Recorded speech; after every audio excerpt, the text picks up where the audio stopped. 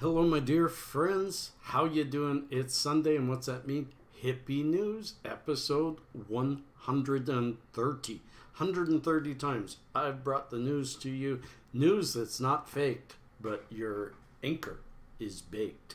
Not very baked yet. Let's get there. Pitter patter. Let's get at her. Before we do the stories, you guys always say that you love these close-ups of different kinds of cannabinoids. And you like me to be a little bit medicated. Well, I'm a little, but I've had a rough morning and I've worked on mostly CBD. Now I'm ready for a good toke of THC in Kief form. In Kief form. Now, I'm throwing out a question to all you viewers. Please comment below. Is Kief spelled K-I-E-F or K-E-I-F? There seems to be discrepancy. I believe it's I-E-F. I before E except after C, or is in sounding like A as in neighbor away, and it's neither of those. So what do you think? Put it below. Meanwhile, let's have a little look at some Kief. Nice and close up. Let's put it right here. Oops, I put it in the wrong place. There it is. There it is, folks. Look at that. Isn't that gorgeous? It is absolutely beautiful.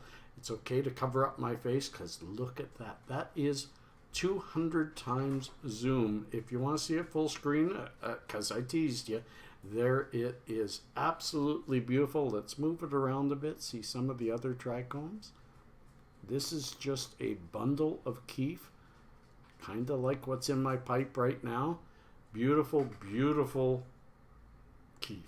So now, with you, before I start the news, cheers. I hope you cheers along with me. Peace and love.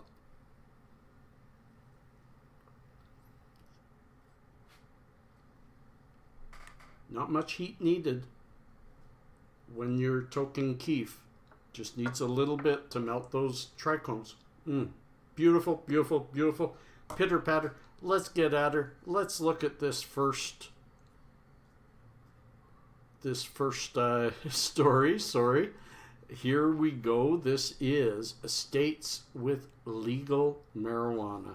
States that are legal. This is a difficult map to follow for me because although I did learn every one of your states when I was in school, school was well over 40 years ago. I never did graduate. I got 2 degrees later in life, but I never did graduate. But I did get to grade 11. So I did learn most of these states, and some of them I can even name. Anyways, you can see by this, let's change our screens around so you can see better. There I am up in the corner. I could hide myself. I can move myself around. But for now, let's keep me up there in the corner and let's look at, they say adult use is these orange ones. Pink use is illegal. So it's only illegal now in 4 locations throughout the United States. 4 states. That's amazing. That's what I want to get at is some people talk about how legalization still has a long ways to go and the Department of Justice this and Trump that. Let's stop listening to the rhetoric of especially politicians because that's all they do and start looking at reality when that much is legal. And let's look above there, right above there. That's where Canada sits. And it's going to be fully legal. Fully legal. In only, I mean, the law is already passed. It's just a matter of time. So when we discuss the legality and the legalization and the end of prohibition, we're there. We're there. I've said it before. This snowball has grown too large. It's got a life of its own now. And those who want to stand in its way are going to get caught up in the ball and just end up rolling along with it. They have no choice or they're going to get killed by that snowball. It's not the greatest analogy, but it's a good one. And if you want to go to this, again, anything I share is down below, and you can click on it, read it, share it with other people who may not realize this. Look at this. States with legal, recreational, and medical cannabis. I personally had no idea that it was that many. I thought there was 6. Alaska, California, Colorado, Maine, Massachusetts. I said that not too bad. Nevada, Oregon, Vermont, Washington, and Washington, D.C. all have legal, recreational, and medical. That's huge. That's huge.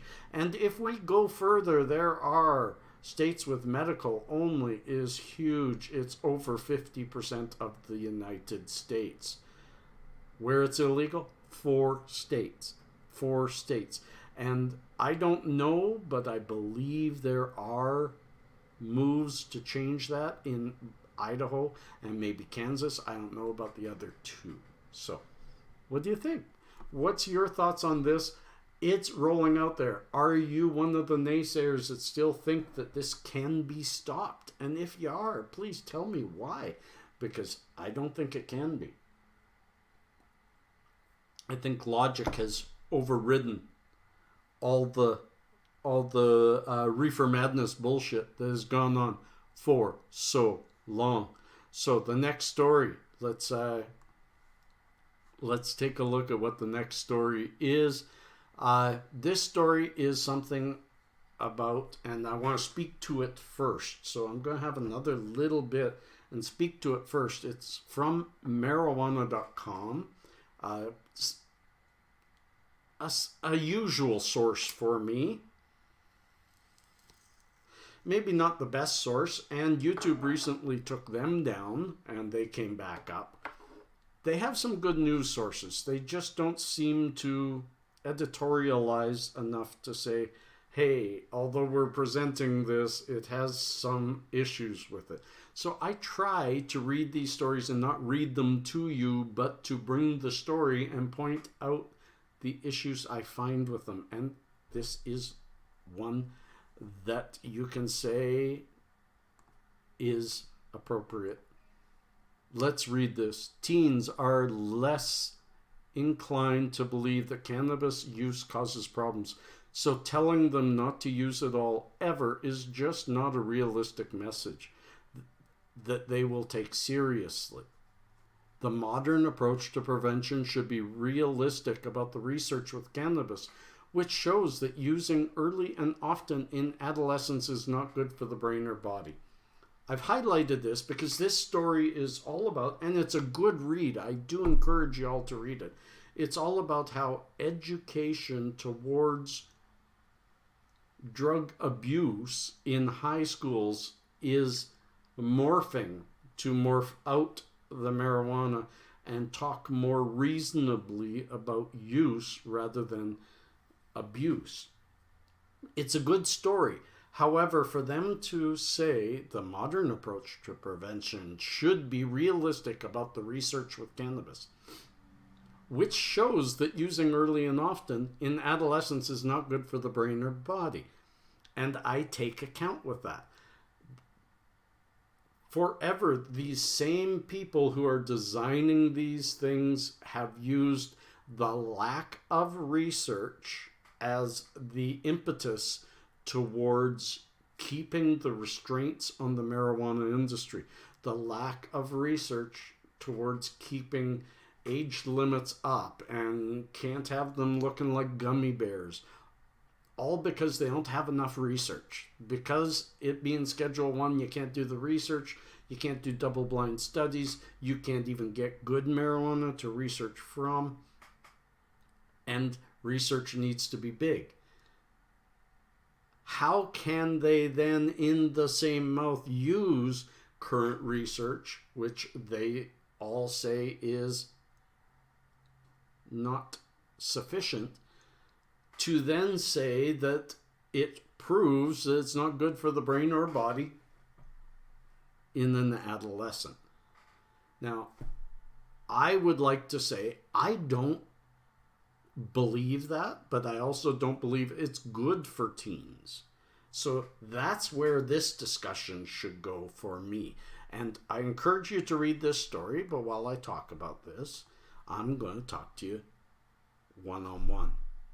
I do not encourage teen use of anything other than a really good Coca-Cola sometimes, and I hate Coke. The only thing I drink here is coffee and water. Coffee and water. I'm not into juices. I'm not into any pops. And I've lost my train of thought, and that's the Kief, good old purple kush. Beautiful stuff. But I don't encourage teen use, but I have a realistic brain. I look at reality. Instead of what I want to happen, I would love it if, unless we had absolute proof that CBD and or THC and or any of the other components of a cannabis plant, unless we have research that absolutely proves it helps the development of youth, that it helps the development of the brain or any other part of the body that is still developing, until and unless we have that, I do not encourage use by teens. But I don't sit in this la-la land saying it should never be with them. What I am is a realist. I'm a realist because I grew up as a teen who was drawn towards cannabis, and yeah, I had some incredible times where I got so high I don't remember a lot. But most of the time, I was using it just as a social band-aid to help me get along with people, because I was living in a world where I had to be around people all the time. I was a rock musician and pretty well known, but always anxious and inside myself. I was using it medically then without knowing it. And I know a lot of teens from having this channel that, although I would rather most kids who are strong enough and able-bodied enough and have the right support structures all around them to leave anything, alcohol, tobacco, anything that is legal and or illegal, alone until they're fully developed, and or until we have some studies that prove otherwise. However, that also said, we have many children that without CBD and or THC, epileptic children, would not be with us without it. We also have many adolescents that without heavy CBD, their depressive cycles would put them into danger. So there are always exceptions or anecdotal outliers that negate the rule, but the rule is still there. We have to look reality. We are not in a situation to totally ban youth use or to encourage youth use. But I say this, to any young person that's getting by without it right now, don't try it. Try it later in life when both body and mind are more able to handle it. If you're already getting by. If you aren't getting by, talk to your doctor. Many doctors now are saying, you know what, instead of giving you Ritalin or Wellbutrin or Cipralex or any of these uptake inhibitors, let's try just some CBD. You know, they're getting more knowledgeable, they're getting more understanding. So always have that talk with your doctor, and if your doctor doesn't want to have that talk, you're with the wrong doctor. I've spent a lot of time on this one. I am going to move on. This next one is kind of an interesting story, and I'm going to show it to you, but I'm going to be quick with this one. So let's move back. Look at that. This talks about the legalization versus Mexico's powerful cartels. And it talks, this is a third part of a series, so please click here, Mexican legalization series, and go through the whole thing. It's a wonderful way to learn more about what they're going up against. I agree with Mexico going into legalizing this and maybe all, because the black market there, I mean, they're called the cartels, and they're not black, they're not underground. They are the forefront of drug use in Mexico, and they're trying to change that through drug law reform that very much mirrors Canada, and even more mirrors Portugal, because they're talking about cocaine and other things being legalized and moved into the health department. Anything to cut down these cartels who deal with huge issues. This one story follows a 33-year-old businessman, Bernardo Perez Rojas, who wants to take a blood plunge into the cannabis industry. I'm not going to go further into this. I'm just bringing the story to you because I know a fair amount of my listeners are American, and you have a northern neighbor, us, who's going to be fully legal. And pretty soon, I think you'll have a southern neighbor that's also fully legal. It's very interesting. I do think that it is going to change the landscape once again in the U.S. and push towards some kind of federal realization that there needs to be no longer a federal ban, a federal prohibition. Let's move into the next. And this is an interesting story, my friends. This is the World Series of Poker banning BLUM.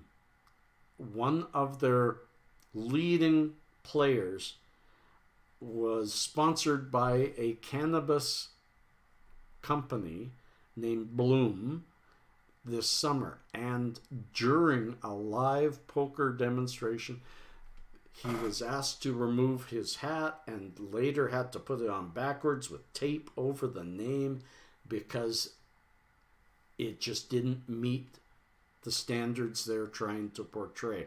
And I laugh at this story. I encourage you to read it. But I laugh at this story because of the fact that they sit there and drink alcohol, a poison, a known poison, yet would ban the emerging natural medication of cannabis. It's just where the world is, and I find it interesting.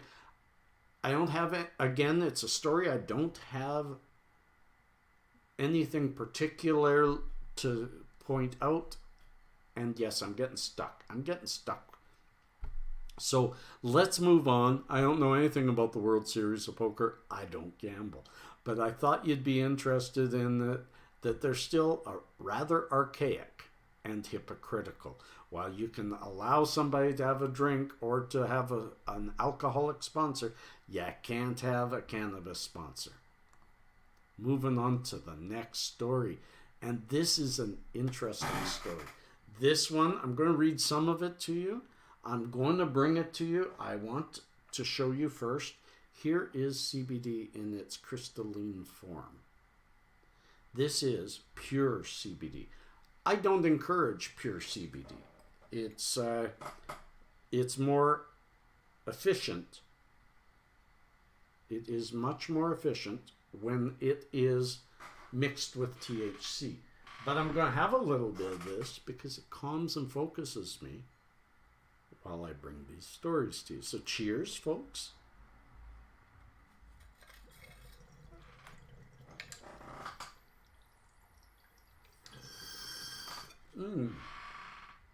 Some people don't like the flavor of CBD. They like it when it's flavored. I like the flavor. It's a little bit medical, and it should be. Now, this story, neat little picture here. This story is about the benefits of high Caryophyllene cannabis strains. Caryophyllene. What is Caryophyllene?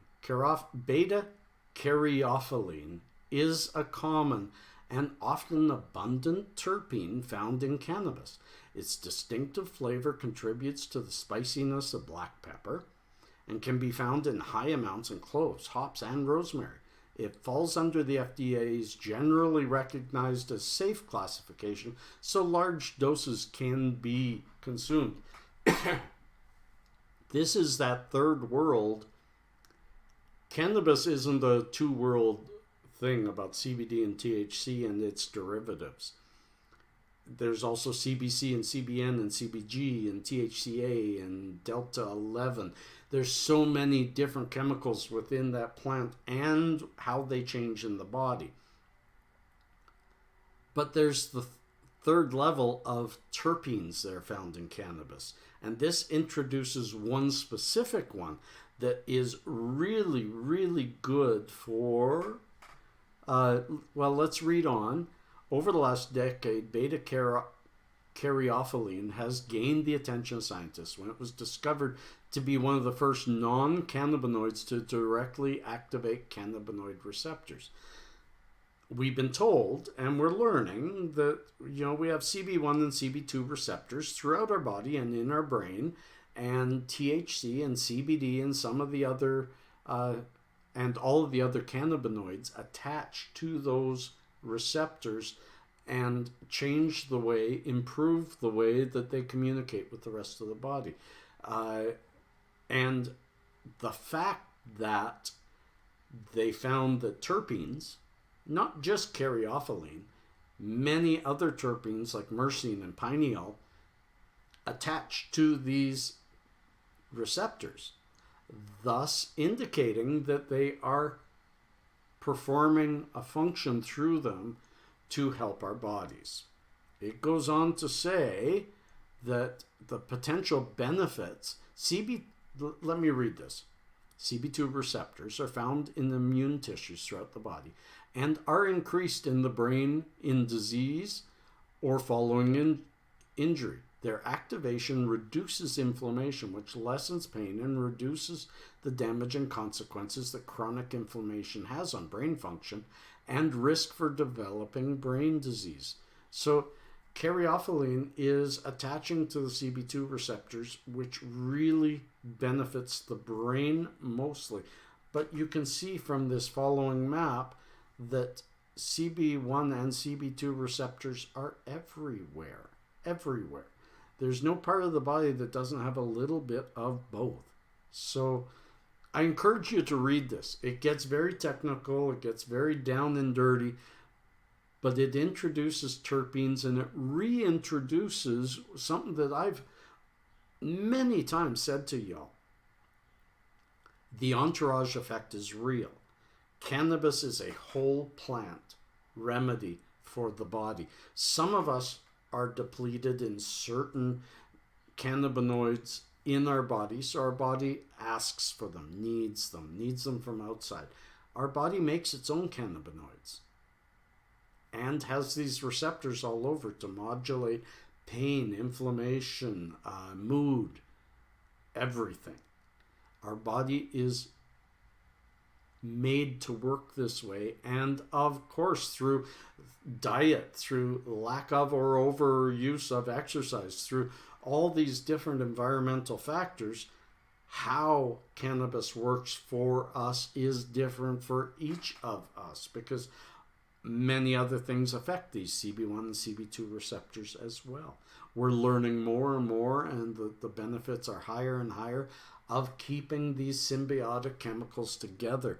That's why I suggested, although once in a while I will do CBD by itself, it wouldn't do much for me if I didn't already have a body that's been attached to THC, because THC and CBD together encourage greater understanding of the pain and therefore communication, blah, blah, blah, blah, blah, blah. Let's move on. I'm a little nervous today. How about you guys?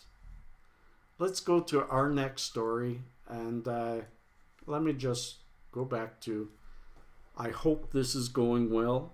I had a high stress morning that I brought on myself just from missing my son and not having enough medicine in my body at the time. I'm doing better now, but I always get nervous bringing this stuff to all of you because I want to do well. You all are important to me. So, what is our next story? Our next story is a good one for most of you, and I'm going to bring it to the screen. Here we go. It is what is CBD, how to find it, all you need to know about CBD, and how to find out if your CBD is pure. With cannabidiol oils being relatively new on the market, it's easy to be overwhelmed by the seeming myriad of a variety of information, sometimes contradictory, available. In most states, regulations regarding CBD are scant and confusing, which has led to clashes between retailers and the legal system in several of those states. Basically, except for those 4 states we talked about, CBD is legal and available across most of the US, across all of Canada, and it's actually, I believe, being introduced in the UK and expanding beyond there. Australia has really grown outward, but we need more advocacy in saving from this easy method of saying, here, you need CBD, so we're going to do, because CBD is legal and THC is maybe pseudo-legal or gray, let's give you pure CBD. And I really encourage people, if all you can get is CBD, just pure CBD, and it's going to help you, then by all means get it. It's going to do better than going on some kind of opioid. But please, I encourage you, even if you need to, I encourage you to try to have a mixed diet that works best for you. I'm dealing with my sister right now, her and I have smoked pot together since we were teens. But she's always been THC sensitive. Very little did she need, and sometimes reacted poorly to THC. She has been dabbling in fixing her own depression and issues in CBD, and has found, even though she's THC sensitive, that her 1-to-1 tincture does her better than her pure CBD tincture. So we all have to try in very small amounts to dose ourselves and figure out what is best for us. One day they'll be able to test your system and say what mix of CBD, THC, and other chemicals and terpenes and everything else, what's the right mix for you. We're not there yet. I think we're only a decade away. We might even be less. Once it legalizes in Canada, research will explode. So the story's here. I encourage you to read it. I'm not going to read any more of it to you because this is getting on. I've been a motor mouth today. I knew that word would come. One more story. And this is just a 101. I usually try to bring 1 or 2 informational stories to you, just so that, hey, I'll share that with a friend of mine that doesn't know. I'm not going to read deep into this because it doesn't go that deep, but it's a good beginning for those who need information, what the difference is between Indica and Sativa. They are 2 different, fully different strains of the same plant. It's cannabis. There's also, what it doesn't talk about is there's actually 3. Hybrid is not a strain type. Hybrid is a mix between Indica and Sativa. But there are other hybrids that mix between Sativa and Ruderalis, or Indica and Ruderalis. Ruderalis being an even more chunkier, heavy, fortified kind of plant with less THC, less CBD, but still unique properties of its own. And hemp is a part of the cannabis. So there's 4. Ruderalis, hemp, Sativa, and Indica. Learn. The more you know, the better your medication will be for you. So I'm at the end. I hope it's gone well. I've had fun. I've learned, as usual, a lot. Share stories with me. I'll either do a story about it during the week or I'll save it for Hippie News. There's at least 2 more Hippie News coming to you before my son gets home. And then I'll be back to every second Sunday. For now, every Sunday. I'll be seeing you again next Sunday. And subscribe, thumbs up. Subscribe below and click your notification button because I put out at least a video a day. Sometimes 2 or 3. Today, maybe 3 or 4. So check it out, my friends, and welcome to Hippie News. Peace, cheers, love, and harmony.